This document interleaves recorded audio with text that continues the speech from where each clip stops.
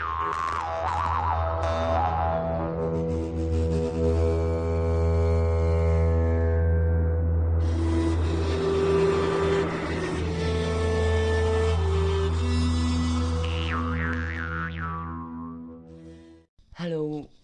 Last episode I took a short look at Burn Buddhist interpretations of the Yungdrung, the Himalayan Swastika.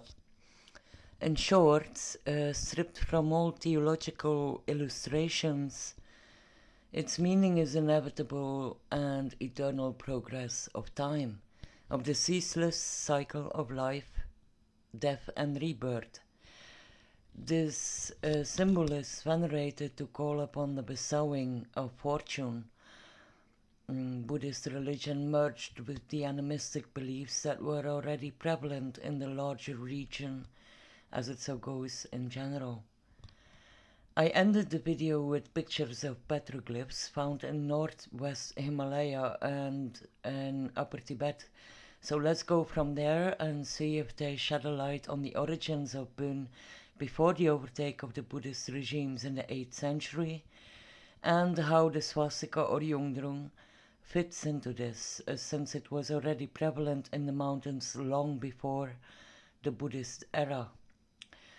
These petroglyphs found in and around the northwest Himalaya are estimated to be no older than the Iron Age, but remember that it is hard to date petroglyphs correctly. In this case, the date has been decided upon in consensus by the observers who were present during the survey expeditions. Basically, it's an estimated decision or guess from connoisseurs of the region and its sociological and cultural history. I found an excellent website with a lot of texts and pictures from one of these surveyors, Beliza, or Beliza, excuse me for the pronunciation.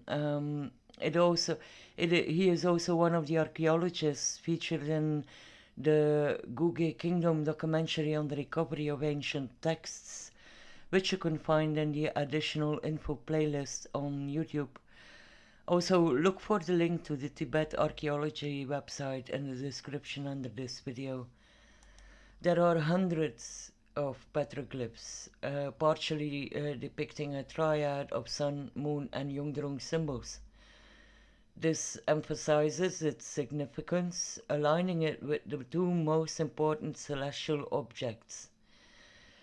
Again, a strong indication that, at least for the people who resided or passed through these areas, the Yungdrung or Swastika might have been connected to, or even might have represented, the nexus of the archaic firmament. Belisa says, cosmological and or cosmogenic significance can probably be assigned to this rock art. In Tibet, the sun and moon are considered to be the cardinal members of a group consisting of 7 or 8 heavenly bodies. The pairing of the sun and moon in Yungdrung Bön has acquired many different meanings. Conjoined, they famously symbolize the male and female hypostases of enlightenment in Tantra. The sun and moon in Yungdrung Bön are also designates of religious lineages and practices, didactic symbols, ornaments of deities, and even the playthings of saints. As appealing as these Yungdrung Bön conceptions of sun and moon are, it is uncertain that any of them are applicable as interpretive tools for appraising early swastika and moon rock arts.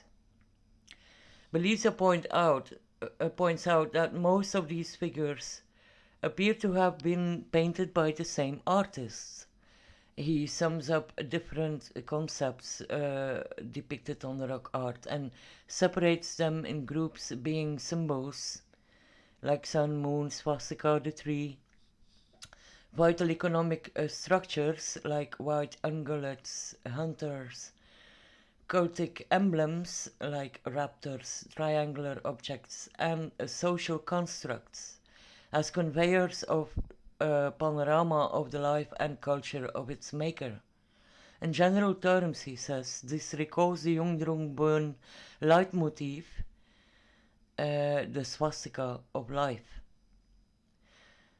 Now he mentions tree as a symbol of cosmogony, but in this particular case he fails to put forward another possibility, namely that the figures are not merely a mix of vaguely related figures, but may be a part of the night sky as well. Little is known of the constellations of archaic people, but we can assume that some parts of their daily lives would be transcended upon the sky, upon into the heavens, giving story to the eternal movement of stars and planets. So in the context of some of the rock art, he may be missing out by confining them as mere daily scenes left by the artist. Just like the occasional tree in the rock art can depict the world tree, allowing the shaman to ascend to the realm of the god or gods, also the swastika symbol may symbolize the central point of the northern sky, its arms being the cardinal directions. Some may remember an earlier video I made called the Formling Enigma on San Bushman rock art. It just came to mind. And the deer or goat, well, constellations of a deer or a stag were more common and central in more ancient cultures than we realize. The most recent constellation depicting a deer was the Rangifer constellation, defined by an 18th century French astronomer called Le Monnier. During an expedition in Lapland, a comet was spotted in the constellation of Draco. We are told that he introduced this far northern but faint constellation in commemoration of this event. The Rangifer constellation is now obsolete. Possibly his choice was inspired by contacts with the Sami. These reindeer herders indigenous to northern Scandinavia had a reindeer constellation called Sarvis, much larger than Rangifer, incorporating Auriga, Perseus, Cassiopeia, and Cepheus. The story goes a young hunter aims to shoot Sarvis, the reindeer. The bow of the hunter is the panhandle of the Big Dipper. One by one, 3 hunters appear above the horizon, a reference to the belt of Orion, to assist him in the hunt. But the hunters dares not shoot, because in between him and the deer stands Boaji, the nail that upholds the sky. Each night the hunting posse returns but fails. Variations of the same theme are present in other regions of northern Europe and Asia. Some stories talk about a reindeer or an elk who captures the sun in her antlers. Hunters succeed in killing the elk and in retrieving the sun so she can rise again. What exact constellations are involved is not clear, but Ursa Minor represents the elk's daughter who will grow up to do as her mother did. It looks like this variation moves away from the idea of the central cosmic sun, of the nail that upholds the heavens. It is no longer an obstacle. But the idea of regenerative cycle of life and birth is life, death, and birth is obvious. This story is similar to many native stories on the bear mother, as well as among Europeans, Asians, and North American native cultures. I probably will do an episode on the Ursa Major constellation. I think it is clear to most here that the Ursa Major constellation is often said to be the origin of the swastika, but there is no such thing as the origin when we are talking about tens of thousands of years of human history. but unless we find a common theme. Le Moulinier might as well have been inspired by Norse mythology. Dain, Dvalin, Duneyr, and Durathor are three deers or sags who nibble the treetops of Yggdrasil, the world tree. They are said to represent the phases of the moon, the four winds, and or the four capital directions. In some stories, however, the four capital directions are said to be four dwarfs holding up the firmament. But in Asgard, on top of the Hall of the Fallen, Valhalla, we find another sag, Eiksirnir, and a goat, a Heidrun. For those who are interested to learn more about Norse mythology, I suggest you go check out a channel called Arid Herger. He has a good episode on the Norse Swastika as well, of course, and who better to explain this stuff than a Norse archaeologist or mythologist. The archaic image of the deer appears in the story of the 12 works of Heracles. One of his missions is to slay the sacred hind of Cerninaea, beloved totem of Artemis, the goddess of the hunt. She doesn't kill her though, he doesn't kill her, but instead releases the hind after breaking off one of her horns.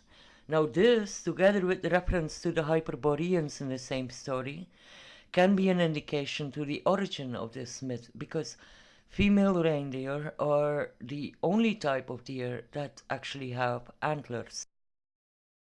Turns out that in a collection of stories in the Indian literature, written around the 4th century BC, called the Jakata Tales, there is talk of Buddha Gautama's incarnations, one of them being a golden deer.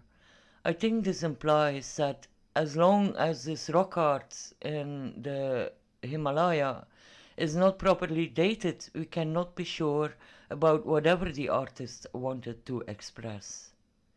Lots of the rock art is found along ancient trade routes.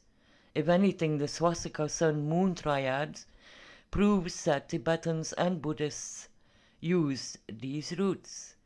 Religion and trade, we all know it is a thing. This example is from northern Iran. Passes like this one and the Pamir Pass connect the West European Eurasian steppe to China and are currently regaining their vital importance. Let's go back to Bön for a minute. Dmitry Ermakov, who studied Bön Buddhism for many years, divides Bön religious practice up into 4 major branches. First, an ancient Neolithical kind called Dudmei Bön. Second, the Jungdrung Bön as introduced by Tonpa Shenrab Mi Voce, or how Ermakov calls him, Mura Tahen, in the language of Changshong. Then there is Buddhism that was introduced from India around the 8th century and was syncretized into Bön Buddhism. And he adds a 4th style which he describes as an amalgam of the before mentioned 3 types of Bön with additional touches of Himalayan, tribal, Hinduist, Taoist, and native Siberian tradition. The Neolithic form of Bön shamanism, he says, contains ritualistic practice that corresponds to that of Siberian shamanism. This ritual practice is nearly extinct. Ermakov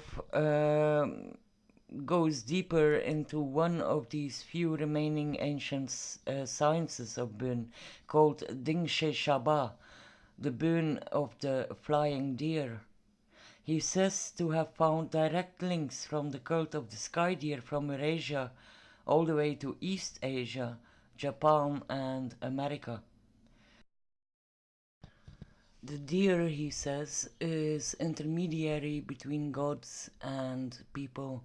Therefore, it is divine in nature and the same makeup in the symbology, present on items found in Ukraine or closer to the Mediterranean, show features that express the same high esteem connected to the deer. Through the occurrence of swastika symbols on deer stones east of the Altai Mountains, he places the Jungdrung in connection with the practice of Murga shamanism by the Buryats. Buryats are an ancient tribe considered to be conjugated into the Mongol horde but now subjected to the Russian state. Charles Rambo, in his book The Navel of the Demoness, speaks of Buryatian Murgal originating from the shores of Lake Baikal and several other ancient cultures who all practiced the Bön tradition. Baikal is most mysterious. It is the oldest and deepest lake in the world and holds about 22% of the world's sweetwater reserves. The oldest evidence of human occupation is at least 300,000 years. This underlines the proposition as put forward by a growing number of scientists that humanity's origin, and I mean that of the Homo sapiens, is not necessarily in Africa alone. What I found particularly fascinating to read was the discovery at Lake Baikal of the 25,000-year-old remains of a young boy, and especially this boy being Caucasoid. Goes to underline again how human history throughout the ages has been one of a non-sedimentary life. It seems that looking at the long time span in which humans exist, we have been on the move, with only occasional settlement. This seems to be the case everywhere. Especially in Siberia, the same happens. Not only the Baikal Lake is a place of early settlement, this is the case of the Altai Mountains as well. The mountain region that lies, that divides Eurasia and East Asia, and which is named as one of the possible origins of the Caucasoid Tarim Basin mummies. As you may remember, these mummies are not older than 4,000 years. They are believed to have belonged to the Afanasevo culture. I don't know about you, but during my reading I was reminded of the Pazyryk mummy. Uh, she, she was found after ice melt and covered a kurgan holding the well-preserved mummy of a young woman, her skin showing elaborate tattoos of a deer. Her horse was buried long her, and it has a sophisticated headdress on representing antlers. But as far as I know, no swastika was retrieved from the grave, and I am not sure if any have ever been found ever in such old graves, to be honest. Ermakov mentions swastikas on their stones, and yeah, up till now I could not find any images that go along with that claim. The culture held responsible for the rock art on the deer stone supposedly belongs to the second to first millennium, and we will see where that goes from here. Just one more thing on the deer. This is a skeleton of a prehistoric deer or elk. It is found in the Altai, where it is assumed to have lived until 6,000 years ago. I think it needs not much explaining why such an animal begets a prominent place in mythology. Oh yeah, I'm clearly not done with this. I have some new leads I have to follow if I want to be able to track the swastika symbol. As for swastikas in Siberia, I cannot say they are prevalent, to say the least. The hunt for swastikas is quite popular, but it seems to me that none have been really successful in proving a case for Siberian swastikas. And the ancients of the area used this symbol for the sun, which I personally have related a while back to the sun and sundogs, phenomena that are again becoming not too unusual anymore these days. This phenomena happens when there are a lot of water or ice crystals in our skies, causing these awesome sightings. Not to say there aren't any swastikas. I haven't found any, that's all. What the swastikas in the Central Asian mountains is concerned, it is hard to know what the exact meaning is. The majority seems to be placed along the trade routes, and whether this is a consequence of the diligence of a Buddhist missionaries, or if the symbols are connected to something else, but we don't know. We know about some petroglyphs being a sort of calendar or a star map. I assume it is a trail that may have been overlooked in some cases, or we just don't hear about the research. Some may have been used as indications for fellow tribesmen passing through the places, but for what is not exactly clear. Anyways, we could go east or west from here. I haven't decided yet. Keep your eye out for a redo of one of my earliest videos. I have a mistake to make up for. I hope you found this worth watching and got something out of it. See you all soon, and thanks for watching. Bye bye.